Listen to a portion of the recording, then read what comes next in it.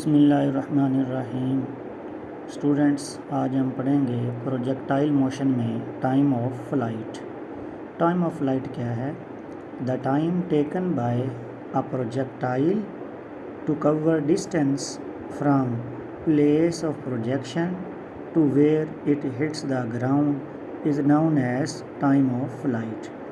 यानी वो टाइम जिसमें हम एक प्रोजेक्टाइल को एक पॉइंट से प्रोजेक्ट करते हैं, जिसे हम पॉइंट ऑफ प्रोजेक्शन कहते हैं।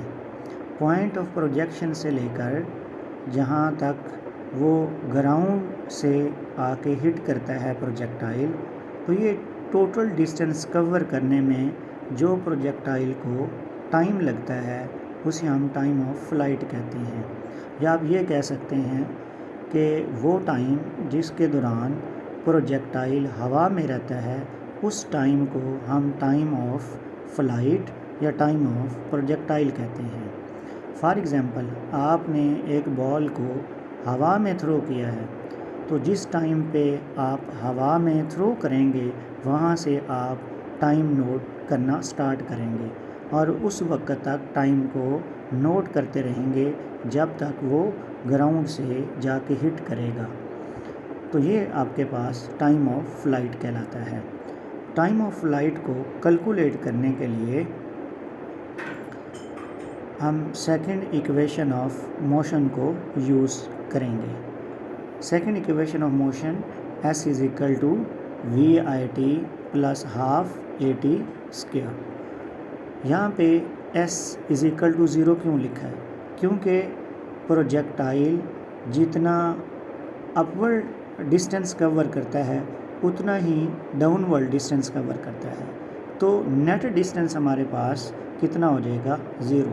फॉर एग्ज़ाम्पल, अपवर्ड आपने थ्रो किया तो वो आपके पास डिस्टेंस है, सपोज़ करें 5 मीटर, और डाउनवर्ड आते हुए -5 मीटर, तो आप ऐड करेंगे टोटल डिस्टेंस तो हमारे पास क्या आ जाएगा? ज़ीरो। तो इसलिए हमने s is equal to zero लिया है।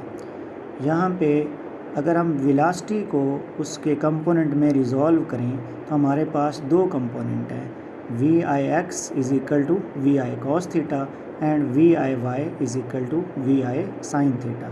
आप ऑलरेडी जानते हैं कि horizontal component v i cos theta और vertical component v i sine theta होता है। तो यहाँ पे चूँकि हम हॉरिजेंटल मोशन नहीं ले रहे बल्कि हम वर्टिकल डिस्टेंस ही ले रहे हैं, क्योंकि प्रोजेक्टाइल जितनी देर हवा में रहेगा वो हमारा टाइम ऑफ फ्लाइट कहलाएगा। इसलिए हम यहाँ पे वी आई कॉस थीटा नहीं लेंगे बल्कि कौन सा कंपोनेंट वेलोसिटी का लेंगे? V i sine theta. और a is equal to minus g क्यों ले रहे हैं? स्टूडेंट्स, आप जानते हैं कि जब भी आप किसी चीज़ को अगेंस्ट द ग्रेविटी थ्रो करेंगे तो हम g की वैल्यू को नेगेटिव लेते हैं। अगर कोई चीज़ डाउनवर्ड आ रही हो तो उसके लिए हम g की वैल्यू पॉजिटिव लेते हैं। g mean gravitational acceleration which is equal to 9.8 metre per second square. अब इन वैल्यू को हम इक्वेशन 1 में सब्स्टिट्यूट करेंगे तो हमारे पास s is equal to v i t plus half a t square. s is equal to हमारे पास ज़ीरो आ जाएगा और वी आई की प्लेस पे हम क्या लिखेंगे? वेलोसिटी का vertical component v i sine theta. t हमारे पास एज इट इज़ आ जाएगा प्लस हाफ, और a की प्लेस पे हम क्या लिखेंगे? Minus g, acceleration due to gravity, and t square हमारे पास एज इट इज़ आ गया। और सेकंड में v i sine theta plus और minus g, plus minus minus, तो half g t square, and next v i sine theta minus half g t square. Minus half g t square को दूसरी तरफ ले जाएंगे तो बच्चों ये क्या हो जाएगा? पॉजिटिव।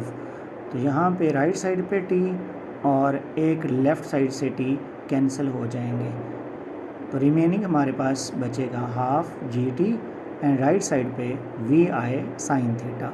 यहाँ पे स्टूडेंट्स 2 डिवाइड है लेफ़्ट साइड में, तो राइट साइड में जाके मल्टीप्लाई हो जाएगा, जी मल्टीप्लाई, तो वो डिवाइड हो जाएगा। तो इस तरह से हमारे पास रिलेशन आ गया t is equal to 2 v i sine theta over g. यहाँ पे theta is the angle of projection, मतलब वो एंगल है जिस पे आप प्रोजेक्टाइल को प्रोजेक्ट करते हैं। And v i is the initial velocity given to the projectile, ये वो वेलोसिटी है कि जब आप प्रोजेक्टाइल को प्रोजेक्ट करते हैं उस वक्त जो वेलोसिटी दी जाती है पॉइंट ऑफ प्रोजेक्शन से, ये वो वेलोसिटी है।